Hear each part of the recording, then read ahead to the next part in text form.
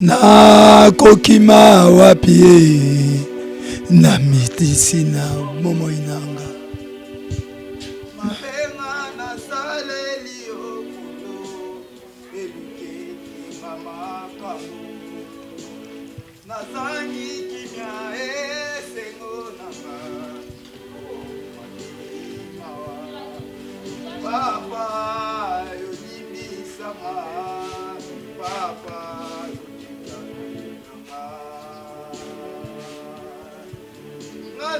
kende paya papa ngana kondima mabe nanga ngana koloba na ye papa limbisa mabe nanga ngana koloba ye haleluya kamoko nako kite papa simba bomoi nanga limbisa mabe nanga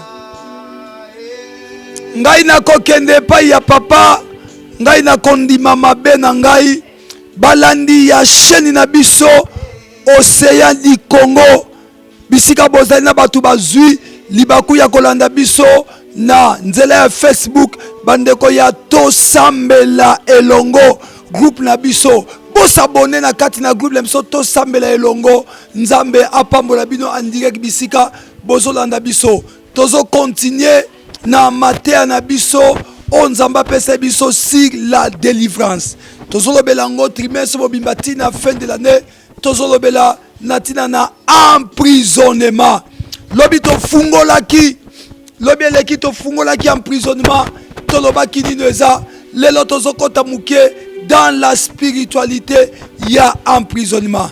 Notre lecture yango kaka na Acte chapitre 12 verset 1er na kitina se.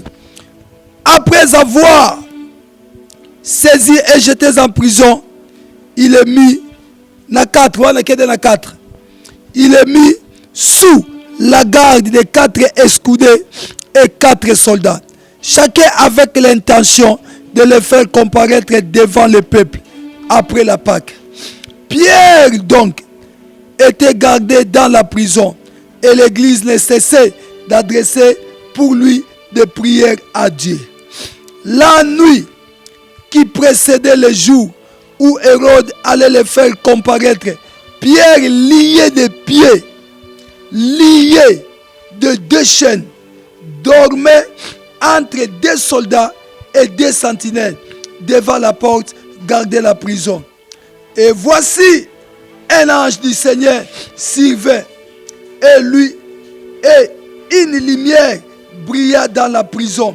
L'ange réveilla Pierre et lui frappa aux côtes et en disant lève-toi promptement. Les chaînes tombèrent de ses mains et l'ange lui dit mets ta ceinture et tes sandales. Et il lui fit ainsi. L'ange lui dit encore, enveloppe-toi de ton manteau et suis-moi. Bien-aimé, l'emprisonnement. Tobela qui prison. Moutou aza na prison, aza prisonnier. Moutou aza na prison a na liberté te. Moutou aza na prison aza na besoin secours ya bato ba libanda. Prison eza lokwa cage o bakangi moutou moye moutou a bouger eza te.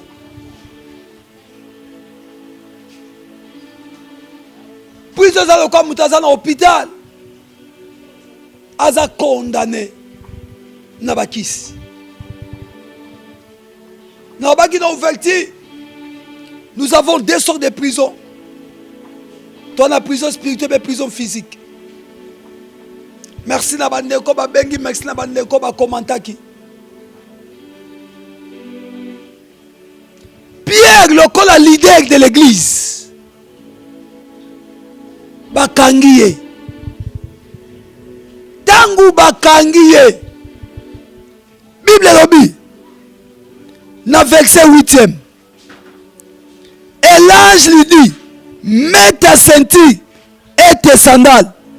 Et il fit ainsi. L'ange lui dit encore, enveloppe-toi de ton manteau et suis-moi. Il y avait 3 choses qui faisaient la force de l'apôtre Pierre. Ou bien il y a 3 choses qui font la force d'un enfant de Dieu. Ces 3 choses ils sont ceinture, chaussures et puis manteau. Dans la spiritualité, biloko eza na connotation makasi.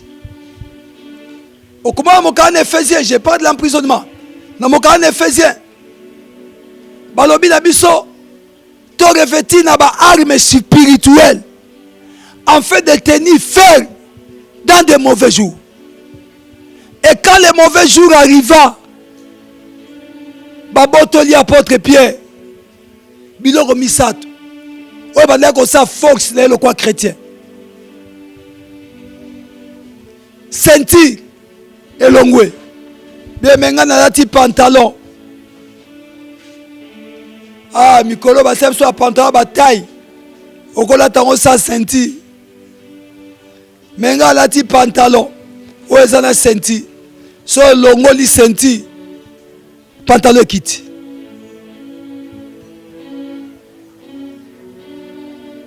Nalati chaussure na se. So la longo la tama kolongulu malade. C'est-à-dire, sapato ezo servir mutu. Ceinture ezo servir mutu. Manteau ezo servir mutu.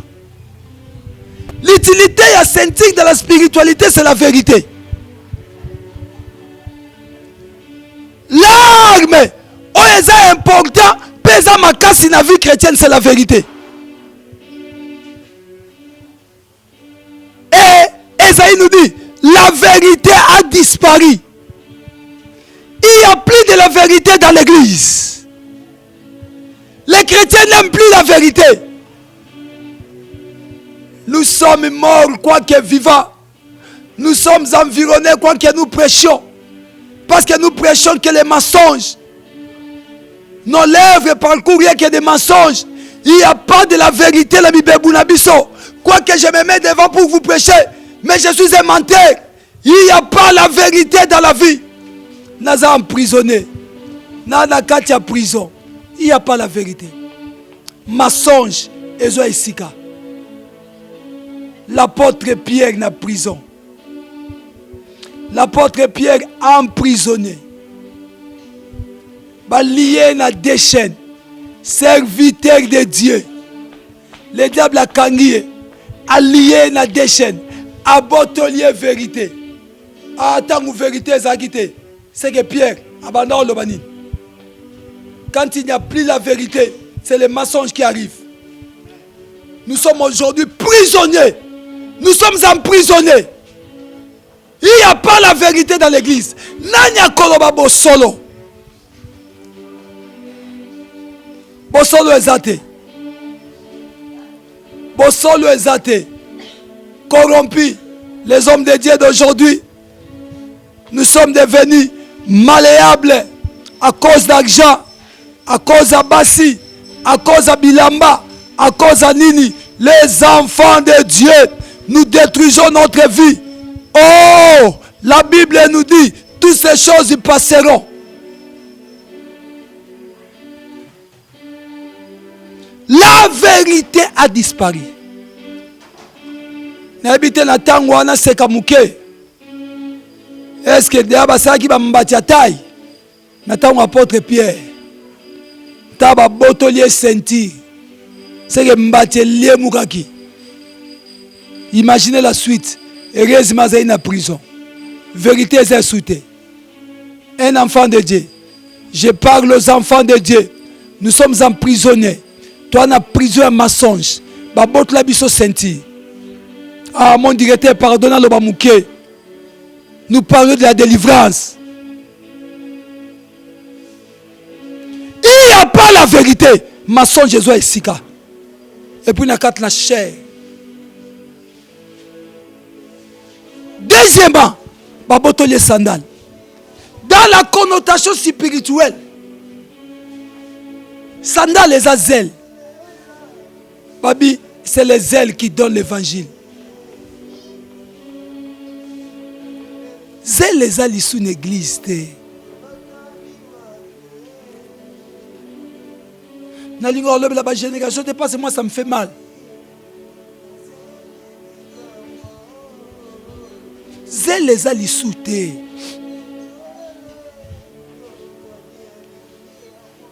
Banani va comporter l'évangile lelo. Au monde to fabrica to comment okosa na matibis na za mutu kate na matibis ndeko moko atei mais na suka nango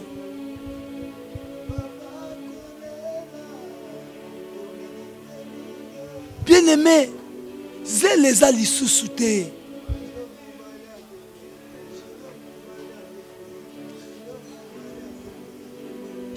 Toza lisu na zel te na place o toza na zel to koma na faiblesse spirituelle ndenga mukete. Mbote mingi na bino nyoso bana ya poto. Tozo bana tina na pal bilocoste. Paluku bilocoste. Le presse muntseki na mwasi na ye Joseph Paluku basale libiso entreprise munene. Bongolo numéro 1. Au monika so kiti na station ya Bongolo. Opusani ka va église à Liloba, okomona pal bilocoste. Tango kokoma, tunaka Francina Era, mon petit homme fort, bras droit à maman José Paluku. Adresse ya poto, bana Mons na Belgique. Benga José Paluku, benga les presse Muntseki, bakolito comme les bata ba festivité. Les presse, tozana yot, les presse a ozonga lobia, azoya. Na poto après matanga kutana le presse Muntseki bana madimba nyoso les anciens de madimba mais muninga ye wanati bo propulser ba carton benga le presse Muntseki pal bilocoste Paluku bilocoste yana biloko ya danger na mwana bilocoste biloko ya sikate et mana carton eza qui comme gas petit nanga era makamao yango to bandit benga le presse Muntseki José Paluku na Mons na Belgique na Kinshasa awa toza na Bongolo numéro 1 na mwa moko des conteneurs na mwa moko des conteneurs oza na mutuka kende benga les presse bino bala poto boyebi foska dikese makamao yango wana te pal bilokose otolobaki yango wana bana madimba nazobeta sete na les anciens de madimba votre ami est là a fondé l'entreprise pour na osunga les presse Muntseki na José Paluku couple kitoko pal bilocoste nzamba pambola bino kitoko makasi bayo. Le diable a botoli église Isel. Église Isel sous na zelte. Pour ça qu'on sait l'ensemble l'église Isel sous et combat dispute. Yonzambe na mawa ngai kolela pona koyebisanga shilo nango za wapie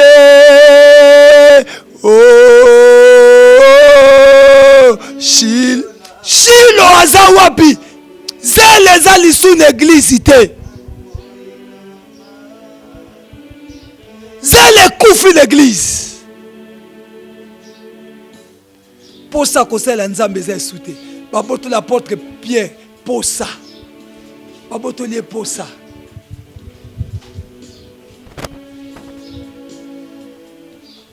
à cause de ma désir charnel. C'est l'évangile des athées. Je sens mal en quel cas je parle de ces choses. J'ai des larmes aux yeux. Ngate ya kayote amite ya kanga moko. Amite ya kanga moko zeleza lisu na église telelo. Nanya kolobela na pari ya Yesu lelo. Tokoma ko wele siko to terra kaka. Me bato ebele bazokufa. Zela kosala nzambe zesute. Posa wana. Posa wana kokende kosluke longi na nzambe. Eza lisute. Est-ce que nous zizi les bandika lelo? Est-ce que ngoma kapise bandika lelo? Mais le bato ba nzambe na ba game sordide. Pour ça ko sa nzambe koyoka mawa ya bato eza lisute.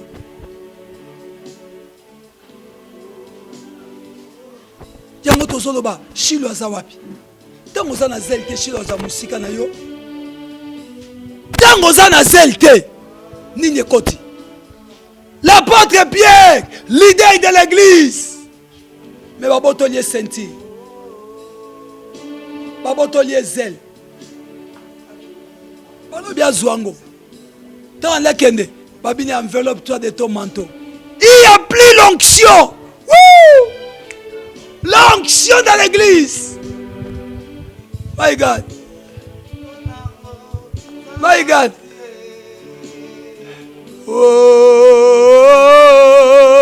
Shilo nanga na benga kayo papa nanga ye papa oh bien aimé onction est sous l'église te maloba na ote abeka maloba nguye zate nguye ezate l'église ndeka koma okota vandi na épée pour manteau ezate. Nous sommes emprisonnés. Baba sengaka 5 minutes pour photo sambela. Nous sommes emprisonnés. Il n'y a plus la vérité. Zèle ezali soute. L'onction ezate. Yango maloba ekoma ebele. Bilobela ekoma ebele parce que onction ezali soute. Onction ezali soute. Toi na bezo kangolama. Nana posa na kangolama. Nana prison babotolanga onction. Babotolanga zèle. Babotolanga vérité. Enfant de Dieu. Est-ce que ces trois choses existent encore en toi? Ah, renouvelle-toi maintenant. David dit, crée à moi un cœur pur, renouvelle à moi un esprit bien disposé. Et c'est encore bimate na prison wana. Nangito bima na prison wana. Nangito bima na prison wana. C'était d'accord avec moi. To bonde longo na yo. To samble longo na yo. Oh.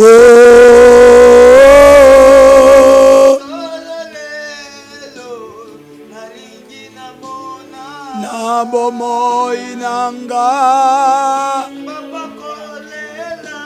E umeli be minge o.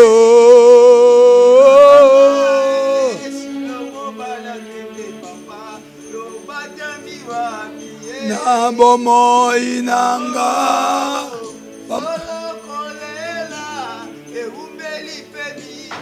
Oh.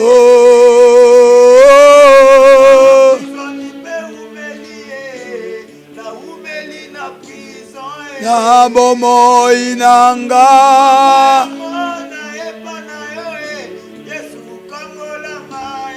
Oh, Shilo mobile tembe papa yo batami wapi bambonge l'équipe mingi kati na bomoina iyo nzambe na mawa ngai nakoma kolela pona koyebisa yo lamu wo Shilo nango za wapi Oh, Seigneur Dieu, tozobondela epai inopoza nzambe na bomoi. Ndeko nanga place oze longo nanga bondela. Tosambe elongo koloba na nzambe. Azongisa biso zel. Azongisa biso zel. Azongisa biso apesa biso vérité zonga. Et puis onction zonga. Yahweh, longo na biso na prison. Kangola libota na yo. Toume na prison nzambe. Tala pied na prison Yesu na ngai. Ya to epai na yo. Toi na besoin na yo. Toi na besoin na yo. Nous sommes morts. Quoi que nous sommes vivants, quoi que nous vivons aujourd'hui, nous sommes déjà morts. Parce que les dieux d'abord libiso. 1. Vérité. 2. Zèle. 3. L'onction. Yahweh Zate. Yahweh Zate. Zongis l'église la vérité nzam. Kango l'église la vérité. Zèle ya sole zonga nzambe langai. Alléluia. Zèle ya sole zonga nzambe. Zèle ya sole zonga nzambe. Zèle ya sole zonga nzambe. Zèle ya sole zonga. Zèle ya sole zonga nzambe. Zèle ya sole zonga. Zèle ya sole zonga. L'onction, l'onction, l'onction, l'onction, l'onction, l'onction que toi t'avais. Et là tu sais mon église parce que nzambe na kombo na Yesu Masia. Ndeko nangai. Télévision et radio te. C'est l'état na télé. Mais nous avons besoin de prier. Si la chose t'intéresse, appelle-nous. Émission comme l'angoto sambele longo. 09 98 74 24 09. Nzambe apambolo place aux alliés. Tokutani lundi na kombo na Yesu Masia. Bye yo.